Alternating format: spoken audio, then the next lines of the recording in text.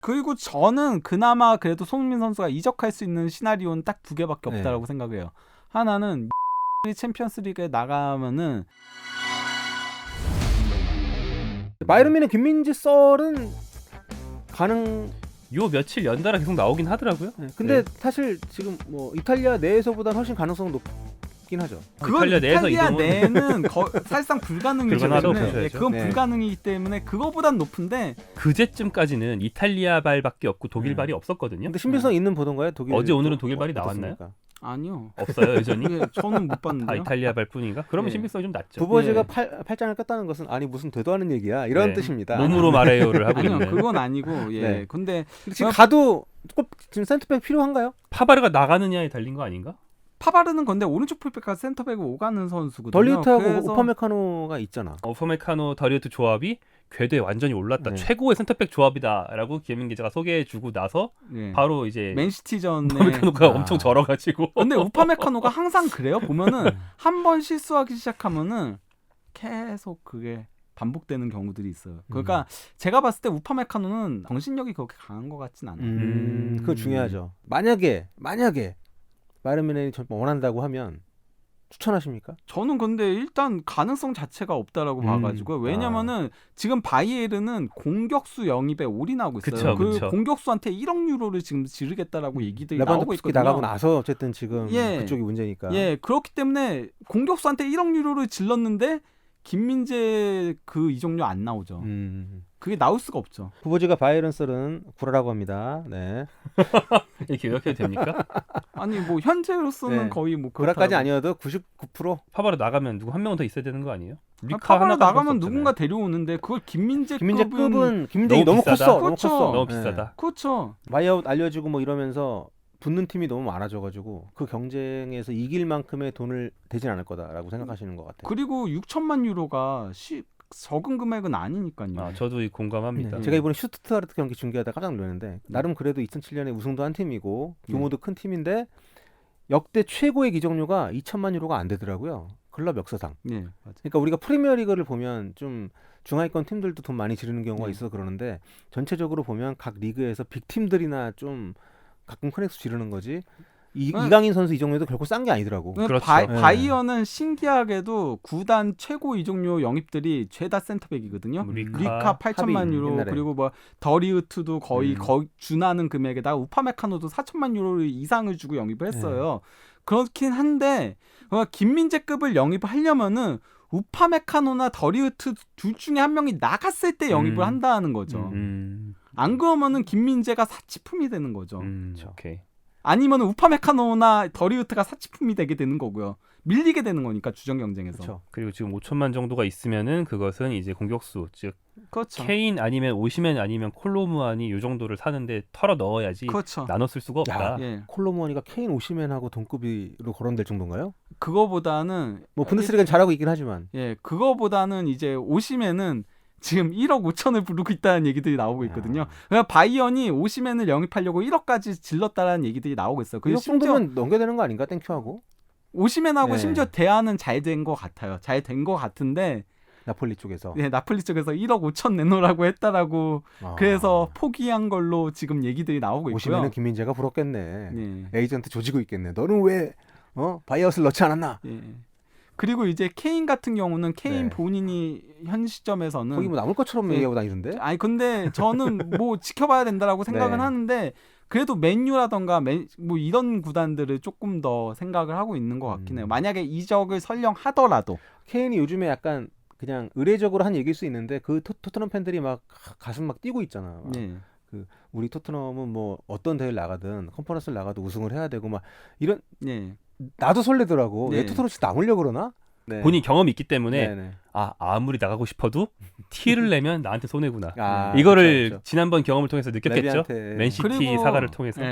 저는 결국 케인의 관건은 그거라고 생각해요. 맨유 구단 인수가 어떻게 되느냐. 네. 인수가 안 되면은 뛰어들 돈 자체가 없는 거거든요. 그리고 지금 그쵸. 맨유가 뭐 김민재 선수 오퍼했다는 얘기가 어제 막 도는데 그거 오늘 나온 보도들도 그렇지만 현실적으로 그럴 수 좀 없습니다. 아닐 것 같거든요. 제가 봤을 네. 때는 네, 만약에 네. 그 정도는 가능할 것 같아요. 김민재 측에다가 우리가 무조건 영입할 테니까 네.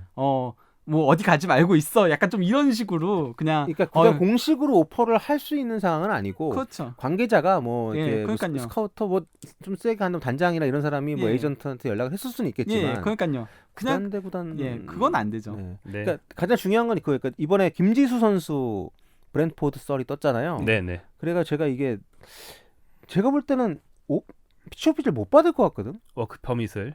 왜냐하면 정상빈 선수도 결국 올번 시즌 A 매치를 뛰었는데도 못 받아서 네. 스위스로 갔다가 지금 아예 미국으로 완전 이적한 것 같은데 김지수 선수 같은 아예 A 매치 소집된 자체가 없단 말이에요. 네. 그래서 추천서를 아무리 받아도 이게 안 되죠.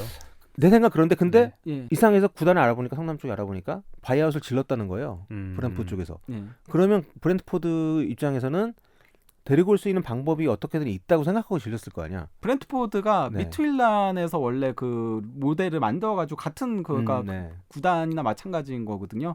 그럼 미투일란으로 임대를 보내서 보낸다? 예, 네. 그렇게 오는 방식도 있긴 하겠죠. 현실적으로 지금 가자마자 프리미어리그는 뛸 가능성이 거의 없다고 저는 보거든. 그냥 취업비를 못 받으니까. 그 브랜포드가 그렇게 약한 팀도 네. 아니고. 근데 그 조항은 있어요. 그 포인트 지금 포인트 바뀌었잖아요. 네네. 자, 포인트가 안 될 경우에 별도의 그 패널을 열어가지고 거기서 오케이 하면 되긴 하는데. 뭐 무슨 위원회 어쩌고 하는 예, 거. 그 예외 네. 패널이 있어요. 근데 네네. 거기서 근데 아무튼 그런 것처럼 그 모든 썰에는 나름의 어느 정도의 그래도 이거는 그래도 근거가 있다 없다 이게 있는데 김민지 바이든슨 같은 경우는 둘 다 현재 상태에서는 가능한 것보다는 좀 억측일 가능성이 높다라고 저희 그 사대 축강 패널은 보는 거죠. 그러니까 지금 정리하면 바이에른은 관심 자체가 억측일 수 있고 음. 맨유는 관심이 있겠지만 이미 맨유에 매우 근접했다던가 뭐 오파했다던가 이런 것까지는 아닐 것이다. 맨유는 지대하게 관심이 있죠. 그동안 나온 걸로만 봐도 지금 지대하게 센터백 원하고 있는 팀 빅클럽들 중에서 김민지 선수를 후보 선상에 올리지 않은 팀은 별로 없지 않을까. 그쵸. 아니, 그리고 맨유가 어쨌건 가장 오랜 기간 동안 김민재를 왔다고 알려져 있죠. 예, 그렇게 알려져 있고 그리고 뭐 가장 많이 계속 보도들도 나왔고 스카우트도 계속 지속적으로 보냈었고 하니까 뭐 이거는 그러니까 파브리치오 로마노 같은 기자들도 얘기한 거거든요. 네. 김민재 보러 로마노가 몇 번을 예, 그걸 언급했으니까. 라치오 전에도 네. 왔었고 피오렌티나 전에도 왔었고 그걸 이미 보냈었다라고 얘기들을 하니까 정말 지대하게 관심은 갖고 있는데 지금 맨유는 구단 인수 상황이 아직까지도 진행이 안 됐기 때문에 그쵸. 오퍼 자체를 하기가 힘든 상황인 거죠. 사고 싶은 신발이나 가방이 있을 때 백화점 가서 구경을 할 수 있습니다. 그렇죠. 예, 예. 누구나 할 수 있고 예. 그 매장에서 알죠. 저 사람 관심 있구나. 네. 하지만 월급날이 안 됐어. 네, 입금을 하느냐 네. 아니면 뭐 카드를 긁느냐 이거는 그렇게 가봐야 하는 거기 때문에 그렇죠.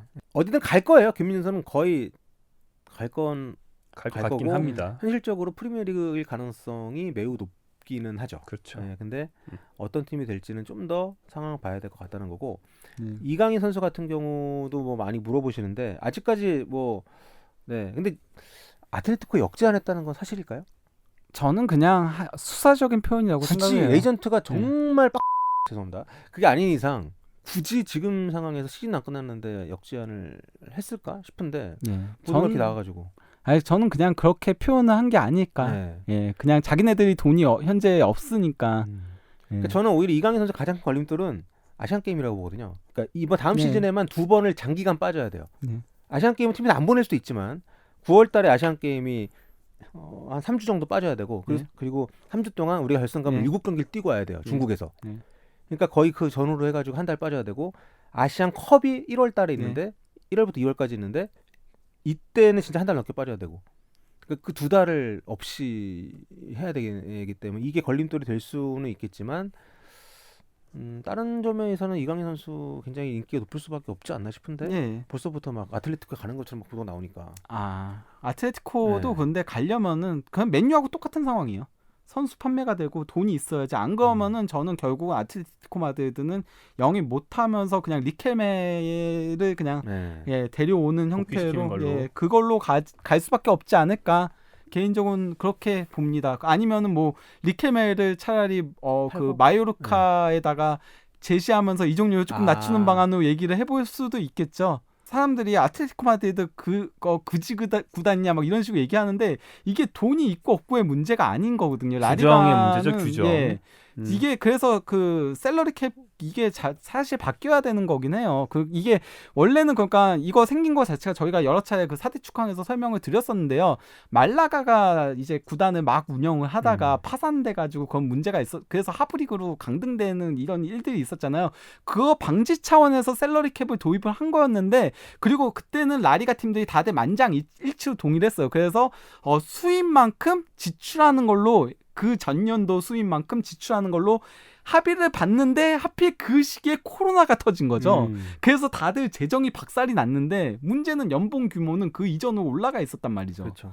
그래서 코로나니까 좀 깎읍시다 이럴 수 없으니까. 예, 그래서 그 사단이 나가지고 바르셀로나도 결국 메시를 떠나보낼 그쵸, 수밖에 예. 없었던 거였고 그 전까지 라리가 팀들 돈 막 쓰다가 지금 못하게 되는 것들이 다 그거와 이제 연관이 있는 거거든요. 근데 아틀레티코 마드리드도 지금 셀러리 캡 룸이 없는 게 이 팀이 챔피언스리그에서 조기 광탈했고 심지어 예. 유로파리그로도 가지도 못했어요. 꼴등해가지고. 예, 보시면은 레알 베티스 얘기도 갑자기 나오는데 이게 기사 쓰긴 참 좋잖아요. 전 맨시티 감독, 예. 전 레알 마드리드 예. 감독이 이강인 노린다. 근데 베티스, 아틀레티코도 어려운 베티스도 어렵지 않을까 싶은데. 자세한 그렇죠. 거기 상황도 봐야겠지만 거기는 예. 유로파 아마 다음 시즌에. 그러니까 베티스도 네. 이강인 선수를 원할 가능성은 충분히 있어요. 네. 왜냐하면 베티스가 이전부터도 이강인 선수 영입에 관심이 있었던 팀이기도 하고요. 그리고 또 이제 그 페키르가 잘하긴 하는데 항상 부상이 문제거든요. 그리고 지금도 페키르가 장기 부상으로 아웃됐어요. 네. 그러고 나서 원래 베티스가 챔피언스리그 놓고 경쟁하던 팀이었어요. 이번 시즌에. 근데 페키르 부상 당하니까 결국 그 공백 못 메우면서 지금 무너져가지고 지금 유로파리그도 밀려날 수도 있는 상황까지 직면을 한 거거든요. 그래서 이강인은 원할 만한 그건 충분히 있긴 한데 원하는 것과 이제 영입이 가능한 건 또 다른 문제인 거잖아요. 그쵸. 예. 그게 조금 걸림돌인 거죠. 만약에 아틀레티코가 1,000만 유로밖에 못 구해 온다 하면 그쪽은 못 갈 가능성이 높다. 그렇죠.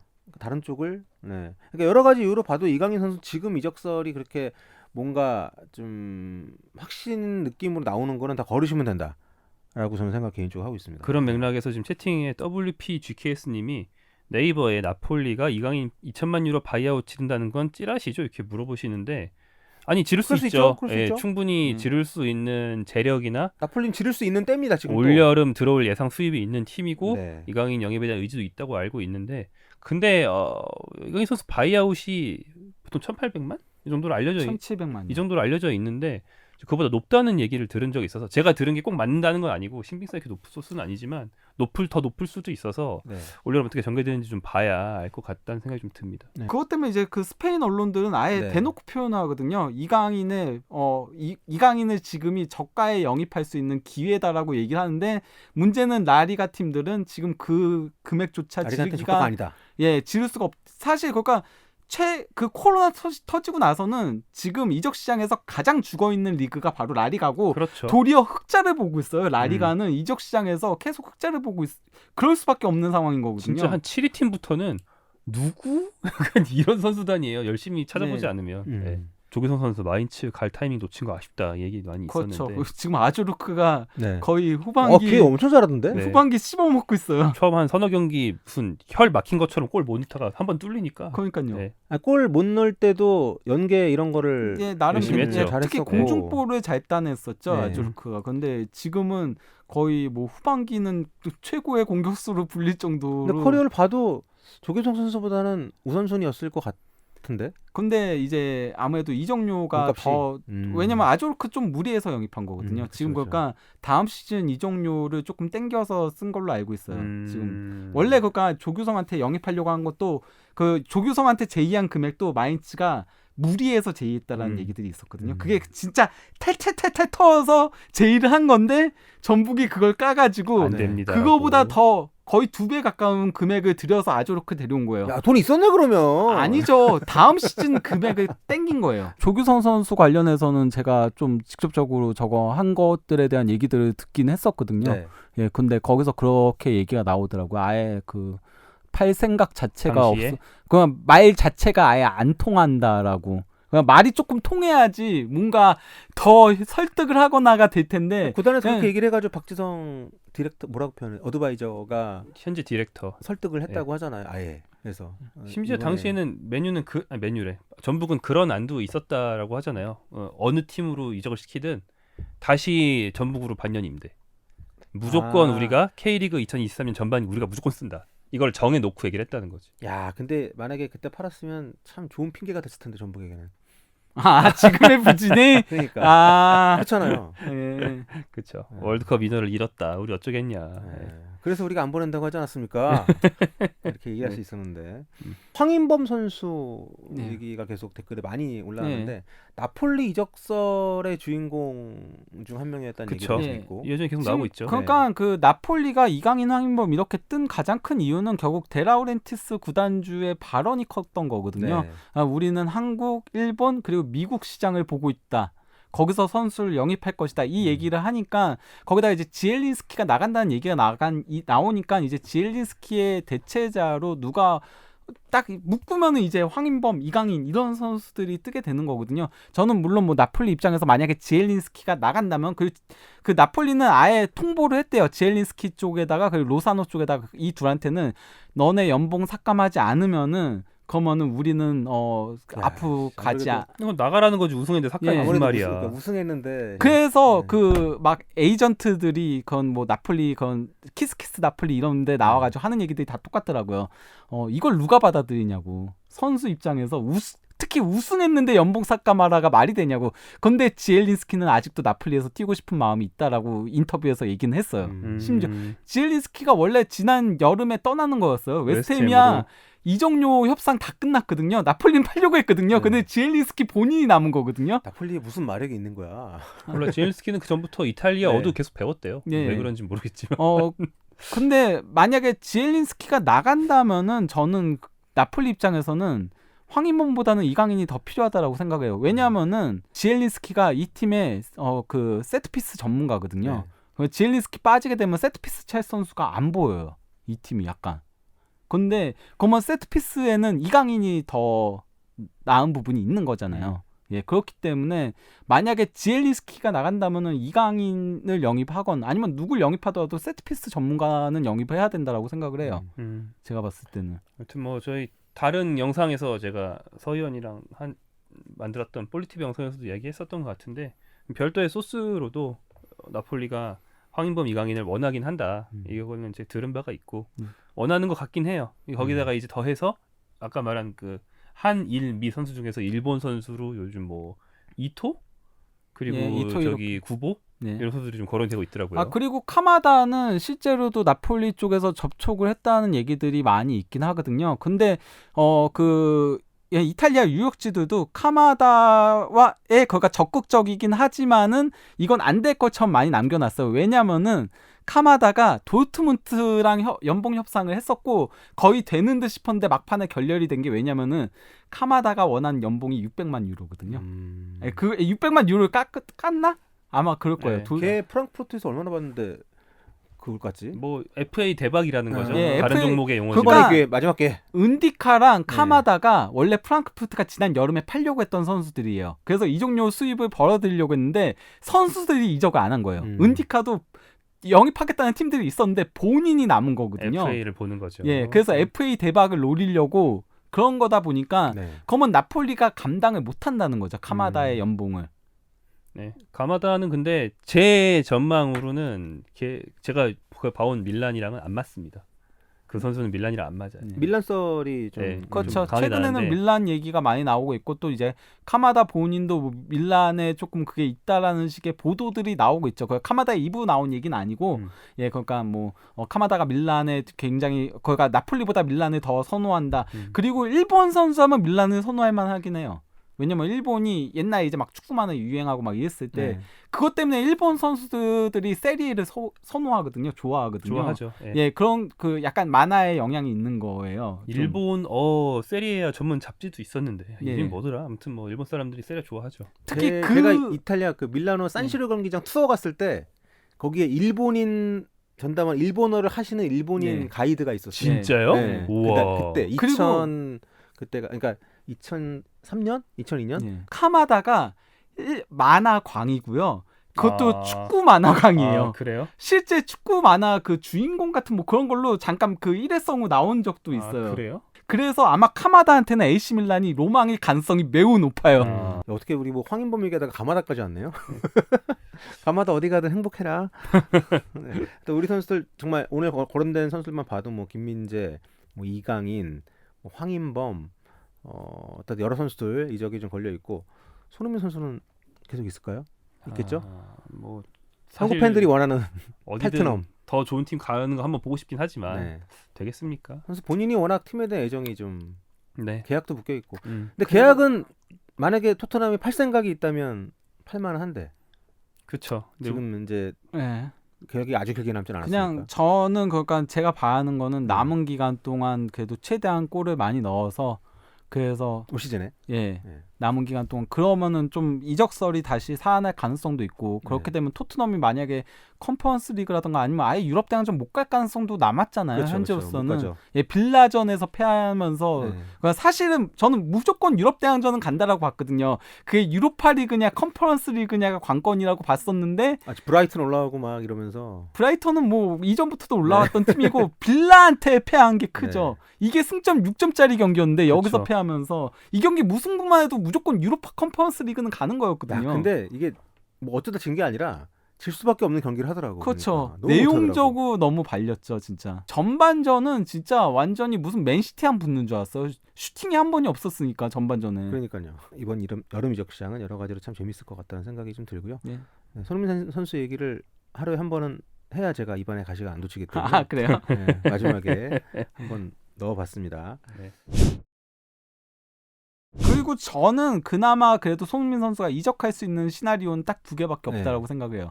하나는 뉴캐슬이 챔피언스리그에 나가면은 가능한 지금 시나리오죠. 왜냐면은 뉴캐슬은 왼쪽 윙에 이제 생막시맹 한 명밖에 없는데 생막시맹도 부상이 많고 여기는 탑급 피니셔가 없는 팀이에요. 그 앤서니 고든이 영입을 야심차게 했는데 왜 했는지 모르겠어.